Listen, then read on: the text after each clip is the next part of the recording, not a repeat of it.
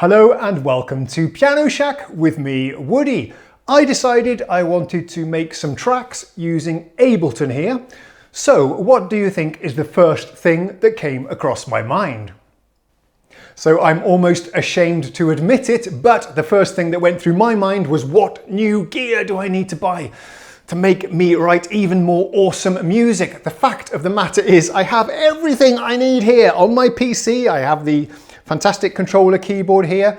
I don't really need anything else, but even so, I was thinking, well, perhaps I should buy one of those Novation launch pads so that I can trigger the clips in the session view.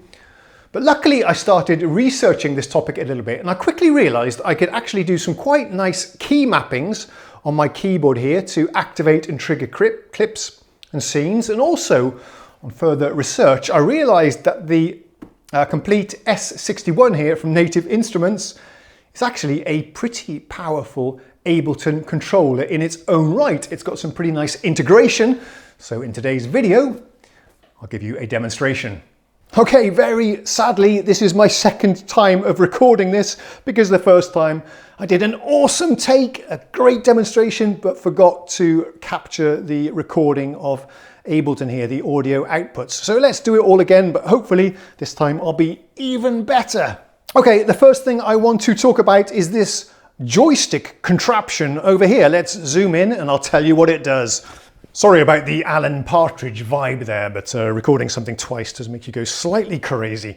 Okay, so here we go. This is actually a four-way directional joystick, so I can navigate around the tracks if I go left and right.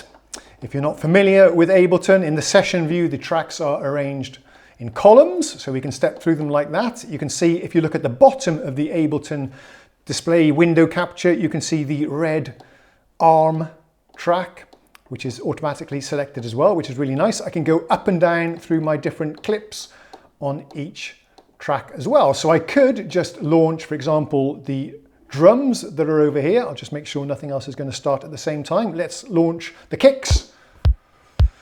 Let's launch some chords. Launch this.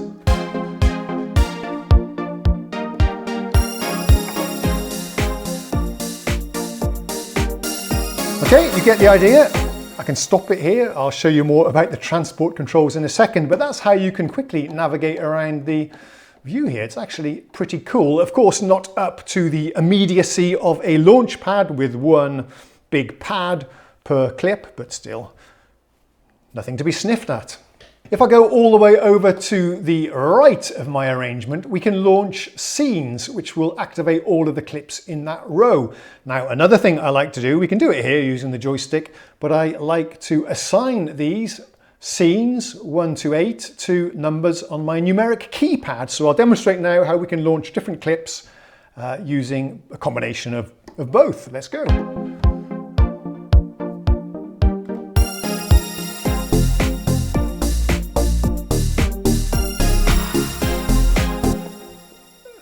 So I didn't compose my own song today. I put this together in just 15 minutes or something to have something to use during the demonstration, but maybe you recognize the chords. It's a bit of a remix of a classic song. Let's fire it up again. Let's start with scene 2.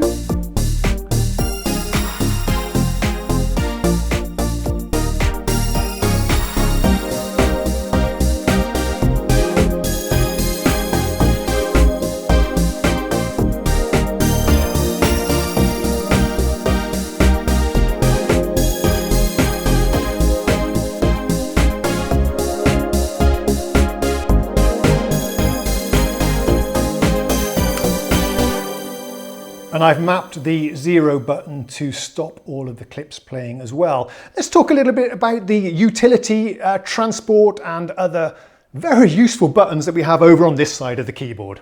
Before we do that, I just showed you now how we can navigate through the session view. Unfortunately, on these two beautiful large screens that we have over here, if I can just get them in the shot, it displays very little information about what's going on in Ableton. You just see the CC numbers that you've assigned to the knobs and the buttons. More about that later, but I feel it's a bit of a wasted opportunity of these two gorgeous screens. Anyway, back over to the transport controls, which we have down here, and some utility functions that I find myself using a lot. It does take a little bit of muscle memory to remember what all of these do, but I think once you've got that, it'll be pretty nice. So let's launch a scene. Let's launch this one. I can stop, of course, using that button, play there. If I even, let's do that. Let's go to an empty clip on track 1 and hit record. I'll get a count in. Let's put the metronome on using our shortcut there. Very handy.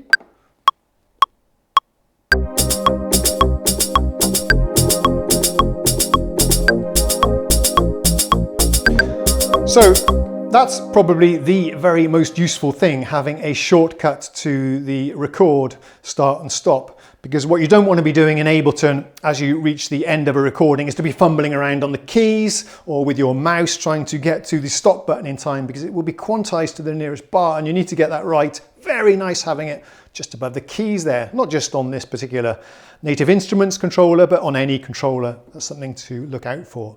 Really nice. Now, we recorded some dodgy drums there. We can undo that, which I really like. We all make mistakes, me more than others.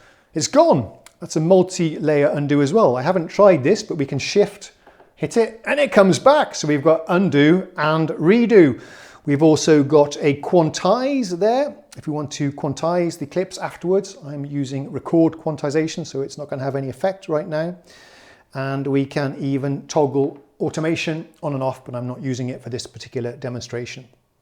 The metronome I showed you as well. We can switch loop on and off, which doesn't have any effect in the session view. And I can tap tempo as well. Okay, I want to talk more about these knobs and the buttons here. These are endless rotaries, which is rather nice. And the nice thing is I've mapped them up to the devices that I have, the instruments that I have on each track. So on track 1, we had the drums, for example.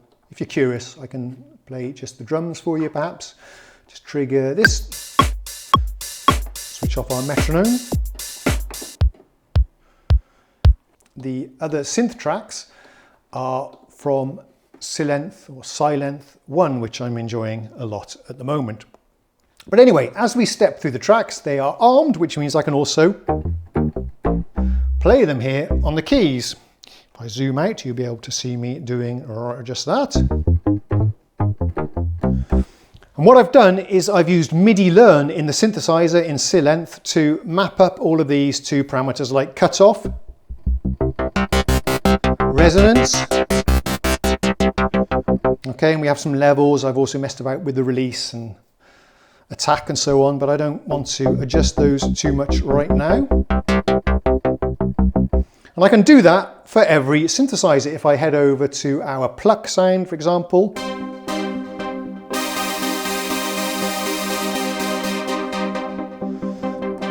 so that's pretty cool. And you might think that we've only got 8 knobs to play with and assign here, but you'd be wrong, because it's actually deceptively powerful.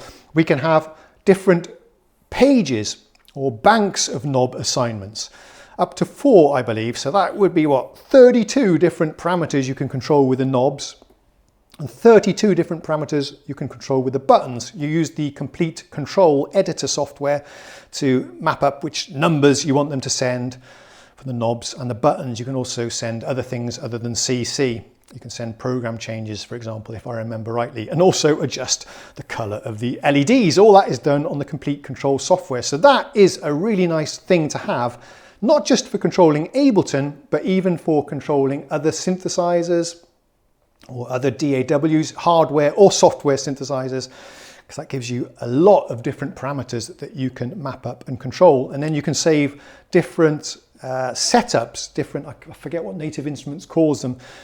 We've got 4 pages of settings here. You can also create another map, several maps, as many as you want it seems, with various configurations, perhaps for different synthesizers or different soft synths. So yeah, lots of power under the hood there.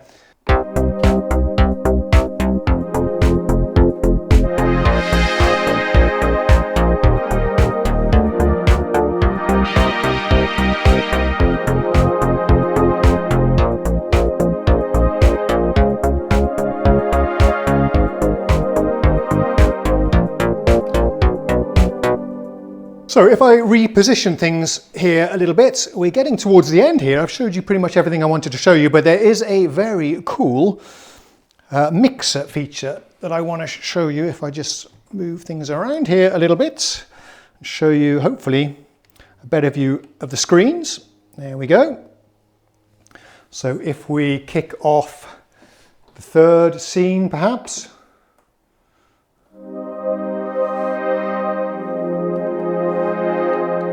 which I failed to do. There we go. If we jump over to the mixer view, here you can see what I was talking about, the wasted opportunity to use these screens to display the Ableton session view. If I go over to the mixer and start the playback,